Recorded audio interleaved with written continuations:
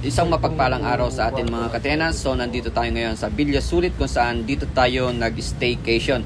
So marami nagtatanong kung saan lugar po ito. Ayan, nandyan po ang mga number na ipinakita namin sa inyo. Paki-PM nyo na lang po.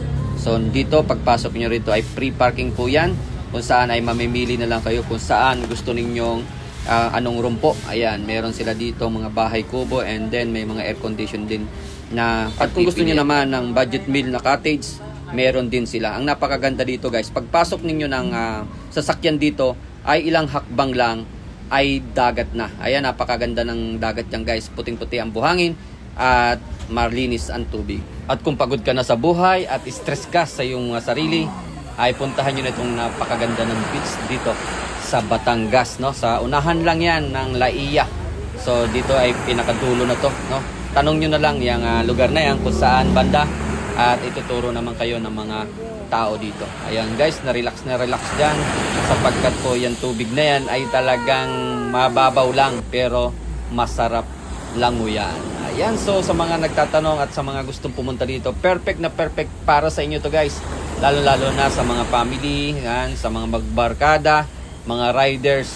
Etong perfect para sa inyo. Talagang recommended to guys. Napakaganda ng lugar na to. Bagamat malayo ang lugar na to guys, pero pag napuntahan nyo ito, tanggal ang pagod niyo kahit sa malayong biyahe.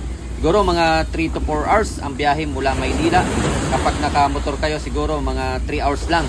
And then kung naka 4 wheels naman kayo, ay abutin po talaga ng 4 na oras. Pero enjoy lang.